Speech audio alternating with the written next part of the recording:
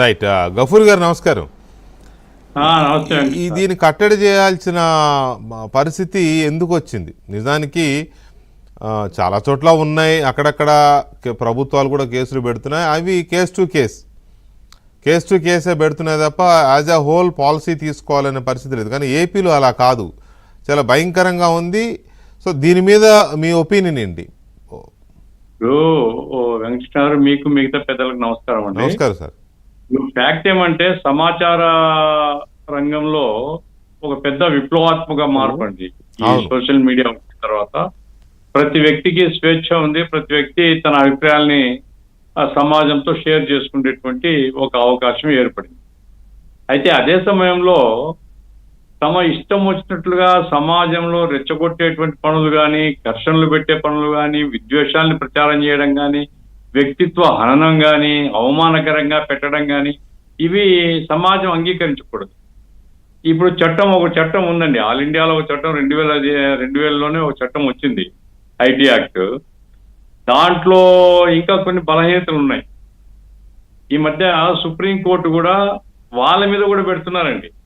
Supreme court judges మీద కూడా పెడుతూ ఉంటే సుప్రీంకోర్టు రియాక్ట్ అయింది ఈ మధ్య.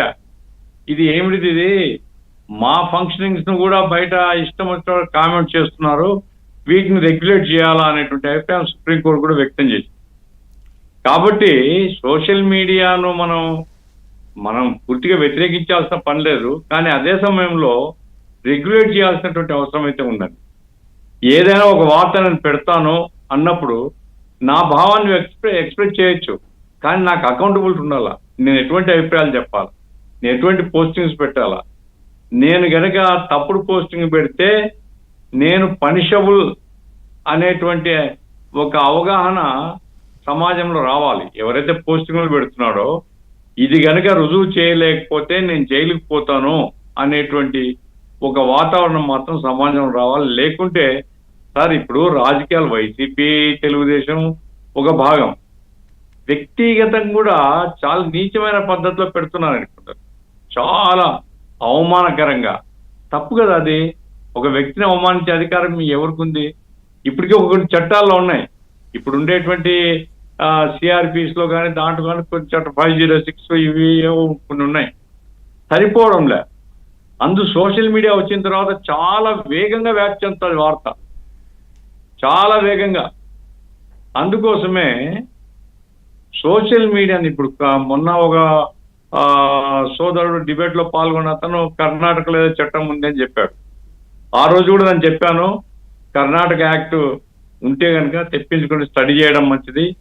ఆంధ్రప్రదేశ్లో తప్పనిసరిగా రెగ్యులేట్ చేసేటువంటి ఒక మెకానిజము, అట్లాగే క్రాస్ చేస్తే పరిధి అతిక్రమించిపోతే పని చేసేటువంటి యంత్రాంగము రెండు ఉండాల్సినటువంటి అవసరం ఉంది.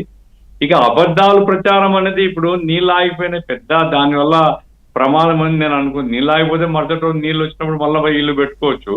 దానికంటే కూడా ఇక వ్యక్తిగతమైనటువంటివి, కుటుంబాలని గురించి, మహిళల్ని గురించి, ఇవి ఎవరు పెట్టినా కానీ ఆ దుర్మార్గాన్ని క్షమించకూడదు. అట్లాగే వ్యక్తుల్ని ఇష్టం వచ్చినట్టు దూషించేటువంటి పద్ధతి.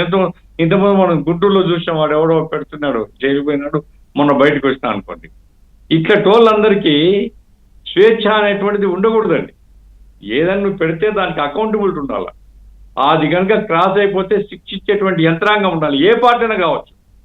రేపు ఒకవేళ వైసీపీ అధికారంలో తెలుగుదేశం వాళ్ళు పెట్టిన తప్పే. కాబట్టి ఎవరున్నా కానీ బాధ్యతాయుతమైనటువంటి పద్ధతిలో వ్యక్తిగత అభిప్రాయాలు చెప్పేటువంటి అనుమతి ఉండాలి తప్ప ఇష్టం వచ్చిన పద్ధతిలో వ్యక్తుల్ని దూషించడం కానీ, వ్యక్తిత్వాన్ని హరినాం చేయడం కానీ, అట్లాగే సమాజంలో విద్వేషాలను పెంచేటువంటి పద్ధతిలో చెప్పడం కానీ, ఇతరుల్ని అవమానించే పద్ధతులు పెట్టడం కానీ ఇవి అనుమతించకూడదు.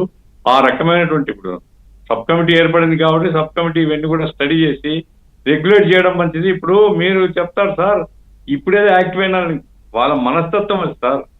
ఇప్పుడు చిన్న ఉదాహరణ మీరు చెప్పిన దాంట్లో నేను చిన్న డిఫరెన్స్ ఏంటంటే నేను అబ్జర్వ్ చేసింది, సజ్జల రామకృష్ణ ఏం చెప్పిన స్కామే లేదన్నాడు. మీరేమంటున్నారంటే స్కామ్ ఉంది, భార్గవరెడ్డి లేదంటున్నాను. స్కామే లేదు ఎక్కడుంది అంటున్నాడు ఆయన. అసలు ఏ ఒక్క రూపాయి ప్రభుత్వానికి నష్టం రాలేదు. పద్ధతి ప్రకారం జరిగిపోయినప్పుడు స్కామ్ ఎక్కడుంది? ఈ స్కామ్ లో మళ్ళీ మా వాళ్ళందరినీ అరెస్ట్ చేయడం, ఇరికించడం ఏమిటి అనేది ఆయన ప్రశ్న. ఆయన అంటున్నాడు, ఇంకొక ఆయన పెద్ద మనిషి చంద్రబాబు నాయుడు గారు రావయ్యా అసెంబ్లీకి వచ్చి మాట్లాడు అని చెప్తే, నువ్వు ప్రతిపక్ష హోదా ఇవ్వు లేకుంటే నేను రాను, అలిగిపోతున్నా, నేను ప్రజలు ఒకసారి ఇచ్చిన తర్వాత బాధ్యత ఎమ్మెల్యేగా ఎవరైనా, నేను భారతదేశంలో ఏ రాష్ట్రంలో ఈ పరిస్థితి చూడలేదు సార్. ఏ రాష్ట్రంలో కూడా ఏ పార్టీ కూడా నాకు ఆ హోదా ఇస్తే నేను లోపలికి వస్తా అని చెప్పినోడు ఇంతవరకు లేడు. అది ఆంధ్ర రాష్ట్రం చూస్తున్నాం. కాబట్టి ఆంధ్ర రాష్ట్రంలో ఒక విపరీతమైనటువంటి ఒక ధోరణి కొందరిలో ఉంది. ఇది ఆర్గనైజ్డ్ క్రైమ్ అండి. ఇది పద్ధతులు పై నుంచి కింది వరకు ఒకే పద్ధతిలో ఈ వ్యవహారం సాగుతుందంటే ఆర్గనైజ్ చేసినారు. ఇదొక ఉన్మాద పరిస్థితి.